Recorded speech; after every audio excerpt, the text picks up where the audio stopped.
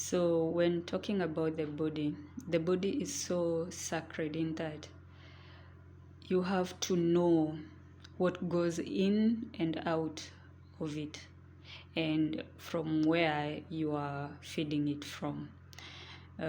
From the eyes, what are you looking at? What are you feeding your soul with? Because the eyes are the gates to your soul. The ears, what are you listening to? Because the ears are like wombs. They're like womb. So what are you putting in your womb area, like the space? Because the space is like a womb, right?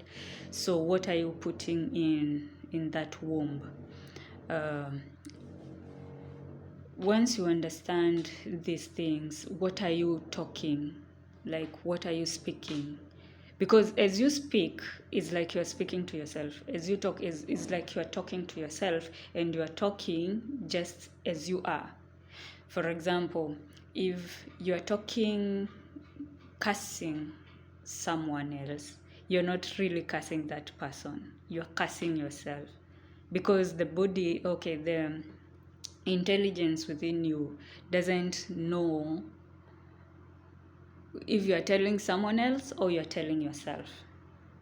So you have to know what you're saying and where is it coming from. Are you saying it out of pain, out of anger, out of frustration? So that's why it's very important to always calm down. Whatever you're facing, just try and calm down. Okay, it's easier said than done, because I've also been there where things are really, really, really crazy and you just burst out and you don't know the results of whatever you have said. Later on is when you say, like, oh, whatever I said was not right. But still, the power of life and death is in your tongue. So as you did it, you can undo it. So once you understand you have the power to do and undo things, then you're good to go. Because if you cast at someone, it's fine. It happened. It came out. What can you do about it? The only thing you can do is apologize to that person, because as you apologize to that person, now you're in good terms with that person, and the inner intelligence knows that you have forgiven, and it's like, as they have, so have you. As you have said, oh, I'm sorry, so it's like you're telling yourself, forgive me for whatever I said. It's now that whatever that energy that you had sent out, it has already diffused, instead of it being there and lingering around, causing you chaos. Because the things we say, actually, a lot of the things we say really comes back to us, because the energy is still there. If you don't know how to, especially if you don't know how to apologize, because until you apologize to the next person, or even apologize to yourself, like, oh, I didn't mean that, so forgive me, so that energy is cancelled, or you cancel everything. So once you understand about the gates, what you hear, what you see, what you eat, especially what you eat, because that is one thing that is really, really, really used. Okay, what I have experienced is that is what has been really, really, really, really being a source of a lot of the things I had to deal with, the food. Because you eat from someone, okay, fine, we are happy, oh, you can cook, you can do this, you can do that, but you don't know the spirit in that person or behind that person. It's important to know the spirit behind the person, and for you also to ask yourself, where am I in this situation? As I was saying, there is no, a teacher without a student. So wherever you find yourself in any position, ask yourself, am I the student or am I the teacher? Because either way, you are a teacher to the other person, and they are a student to you, and you are a student to them. So it's a game. You cannot play a game alone. You have to play with someone. And these people were not created by someone else. They were created by you, by the different aspects of you, because your hands are alive, your fingers are alive, your nose is alive, your eyes are alive, your mouth is alive, your ears are alive, your legs are alive, and they're all whole. They're whole beings. So all these aspects are created by us. So if you are wounded and something latches on you, on that wound, so it might be sucking parasite, yeah. It will be sucking out of you and controlling your mind and your emotions, because it wants to feed from that, wherever it is stirring. Is it your mental your mental cluster? Like if you don't have clarity, it can be able to play around. If you don't have emotional balance, it can be able to play. So that's why I see, like, something I dealt with for the longest time was the giver receiver. Okay, right now they say empaths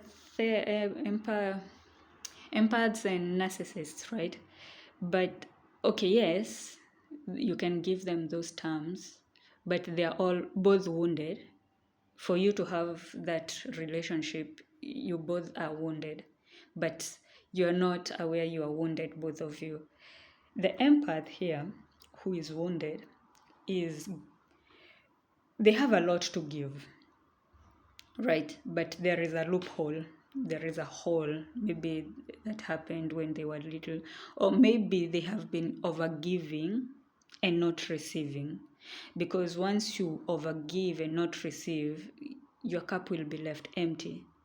And if you overgive and you don't know how to refill your cup by yourself, because you can also give and you're able to fill your cup, and there is a place where you are giving and you are not able to fill back your cup. You don't know how to recharge yourself. So the narcissist and empath relationship, it's a wounded empath who has a hole that is craving filling, like to be full. And a narcissist is someone who has a craving of what you have. Okay, I think I made so now you two are there. Empaths, they know how to feel stuff, and they can see, oh, this person needs love, or they need care, or they need that and that. And a narcissist, or the person who is receiving, has seen a place to play, right? Some do it intentionally, some are not even aware of what is happening with them. So that's why you find that relationship is very magnetic and chaotic and everything else. It's sweet, it's sour, I don't know how to. Okay, anybody who have experienced that can know. And if the other person is aware, that's why I say you have to know the spirit behind the person, so that you can know what you are battling and what you are supposed to. Because they're there to teach you how to set boundaries if you're an empath. And if you're a narcissist, an empath is there to teach you how to feel your cup. Like, yes, love is still there, kindness is still there, care is still there. Like, don't give up. these things are there. You're supposed to just know how to receive and how to cultivate it within you and be okay. But I don't know what happens, or the spirit behind that brokenness is something you really can't help anyone. You wish you could, but you can't really help anyone until they help themselves. That is one thing I have learned also. You can't save anyone, they have to save themselves. All you can do is give them maybe encouragement, or remind them that the world is not so bad, it's not so dark. So you share a bit of your light with them. And if they want, they can cultivate that within themselves. They can choose to remember that, okay, yeah, the world is not that bad.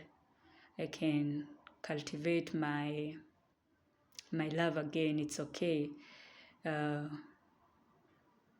Whoever did this to me, or wherever this wound came from, it's okay. I forgive them, because they were not even maybe aware they are causing you harm. That's how it is. Because when you look at it, our parents, they have their own wounds, they have their own struggles, right? And they can only pour to your cup as a child, as their child, what they have in their cup, right? So if they are wounded themselves and they're not aware, they will pour the same to you. And this comes from since birth. Because for ladies, actually, you carry the trauma of your granny in you today. 3 generations, right? So sometimes you may be suffering of something that you're not aware of. That's why I said you have to know the source for you to be able to solve whatever you're facing. So you have to know, is this really my wound that I have suffered from my actions? Or is this the wound that I inherited from my parents, that they inherited from their parents? Because that's how it is. The wound runs through the generation until someone heals it. And if you are the person who is going to heal that wound, because you have to heal it within you so that you can heal the whole generation, or if you have chosen, like, this ends with me, I don't want to send this wound to my kids, you have to deal with it yourself, right? So when you find yourself in that situation that you are the one solving the wound, you'll have to arm up, you'll have to be strong, you'll have to be ready to face it all. Because in the beginning, you will want to tell the people around you that there is a problem. There is a problem in this family, there is a problem in this lineage, there is something we need to solve, right? But for them, they have felt it, but they chose to mask it. But you can never mask a wound, it will always be oozing out. You can't. You have to open it to heal it.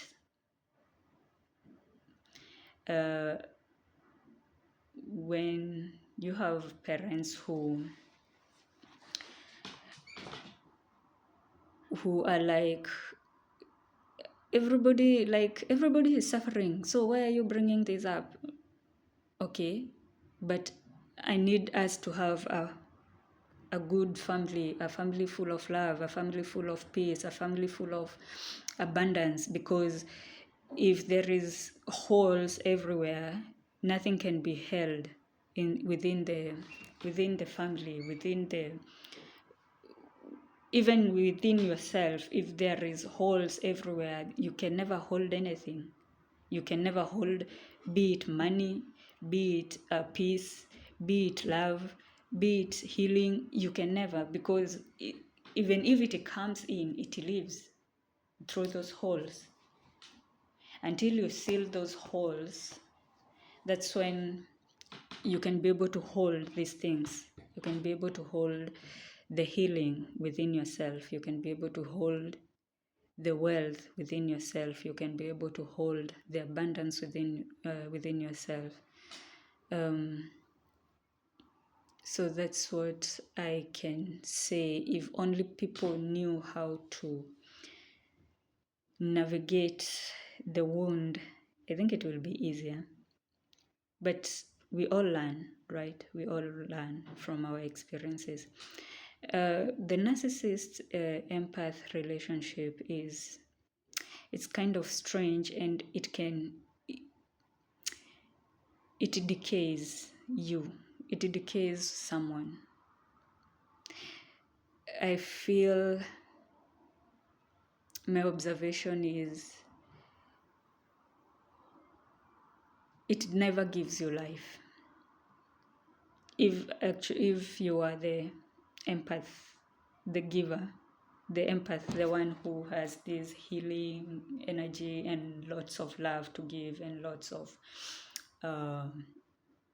happiness and joy within themselves, and you're this vibrant being.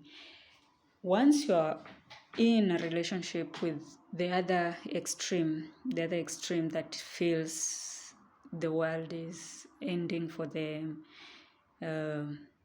nothing good is in the world, nothing is happening, they're empty and they will suck life out of you. But they're there to show you how to protect yourself, how to seal those holes of wanting something from them, because they really know how to study someone. They really know how to study someone.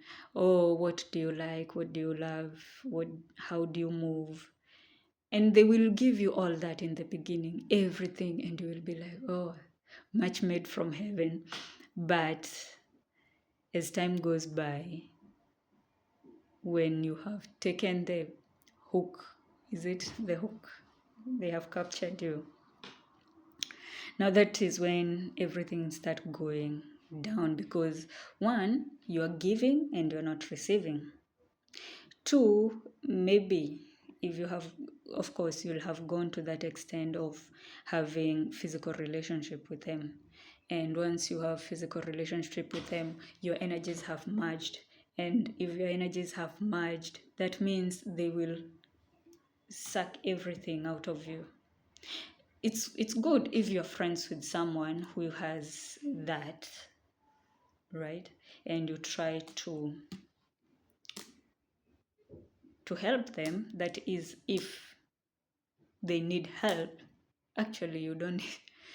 That's another mistake you make if you choose to interfere with people's life. If you are around such people, the best thing I have seen to do is know yourself, know your boundaries, know who. If you know yourself, you can be able to know who they are. But if you're not aware of yourself and your needs and what you are lacking, you'll fall for them, because some are very charming, some are very,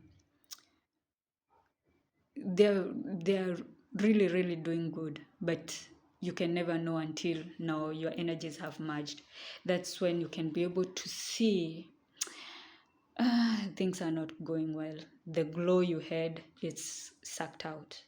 The life you had is sucked out. The joy you had is sucked out, right?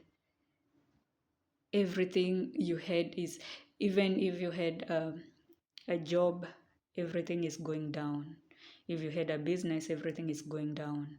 If you had things happening for you, everything is going down. If you had friends, they isolate you. Actually, that's a strategy they do. They isolate you.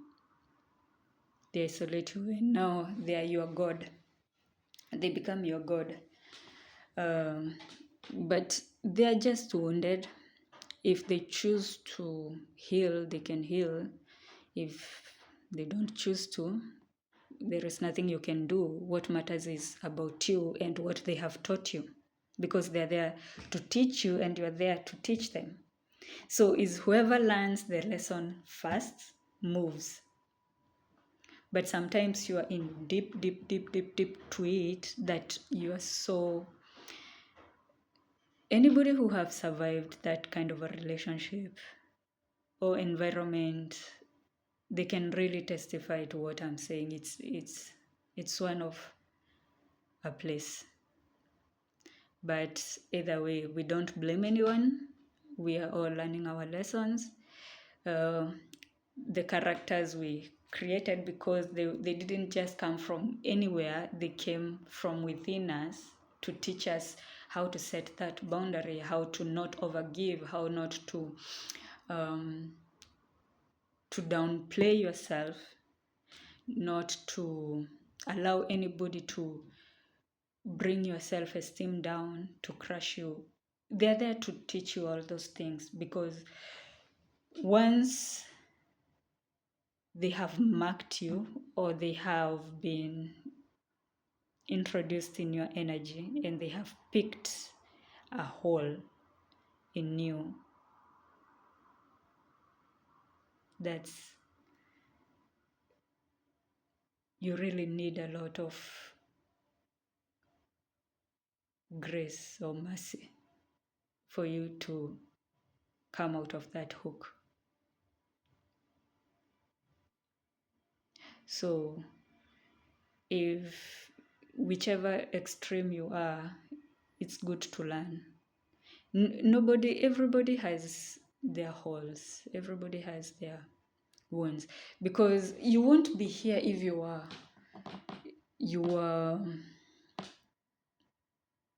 won't play a game if you don't have opponents, right? You won't enjoy the game if you have nothing to lose or to win. That's how it is. So is either you are winning or you are losing. And once you master the game, that's it. Someone may ask, why do you keep on saying game? Because it's a game, it's a school, it's an experience.